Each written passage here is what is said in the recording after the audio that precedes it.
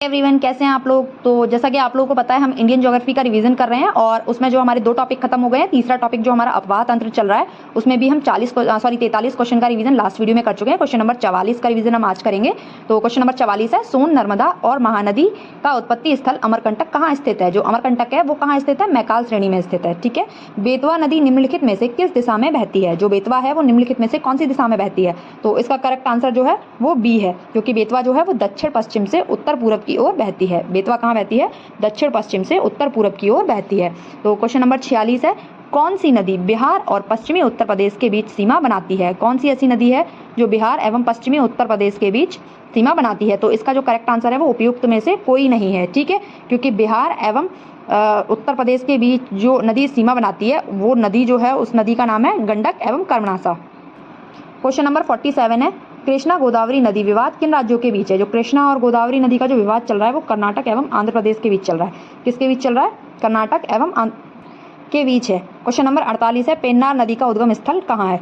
पेन्नार नदी का जो उद्गम स्थल है वो कहाँ है। तो इसका जो करेक्ट आंसर है वो है नंदी पहाड़ी कर्नाटक।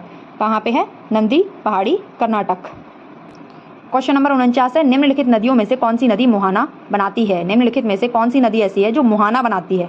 तो इसका जो करेक्ट आंसर है वो माही एवं ताप्ती है। माही एवं ताप्ती जो है वो मुहाना बनाती हैं, मतलब कि एस्चुरी बनाती हैं। ठीक है। उसके बाद जो है वो क्वेश्चन नंबर 50 है, हिमालय की नदियों के बारे में दिए गए निम्न कथनों को पढ़ें और विकल्पों में से सही उत्तर का चुनाव करें। हिमालय की नदियाँ 12मासी हैं, ये सही है। हिमालय की जो नदियाँ हैं वो 12मासी हैं। हिमालय की नदियाँ पिघले हुए हिम तथा बारिश द्वारा जल प्राप्त करती हैं, ये भी सही है।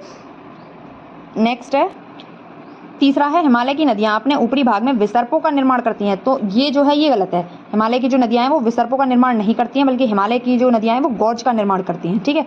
अगला है, हिमालय की नदियों में विकसित डेल्टा होते हैं। तो ये सही है, हिमालय की जो नदियाँ होती हैं वो डेल्टाओं का निर्माण करती हैं। तो इसका जो करेक्ट आंसर होगा वो होगा पहला, दूसरा और चौथा। तो इसका करेक्ट आंसर पहला, दूसरा और चौथा ही है।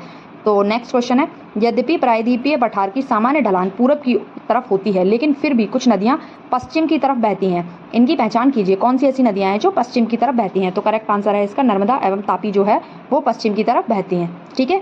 नेक्स्ट क्वेश्चन है, तापी नदी का स्रोत कहाँ है।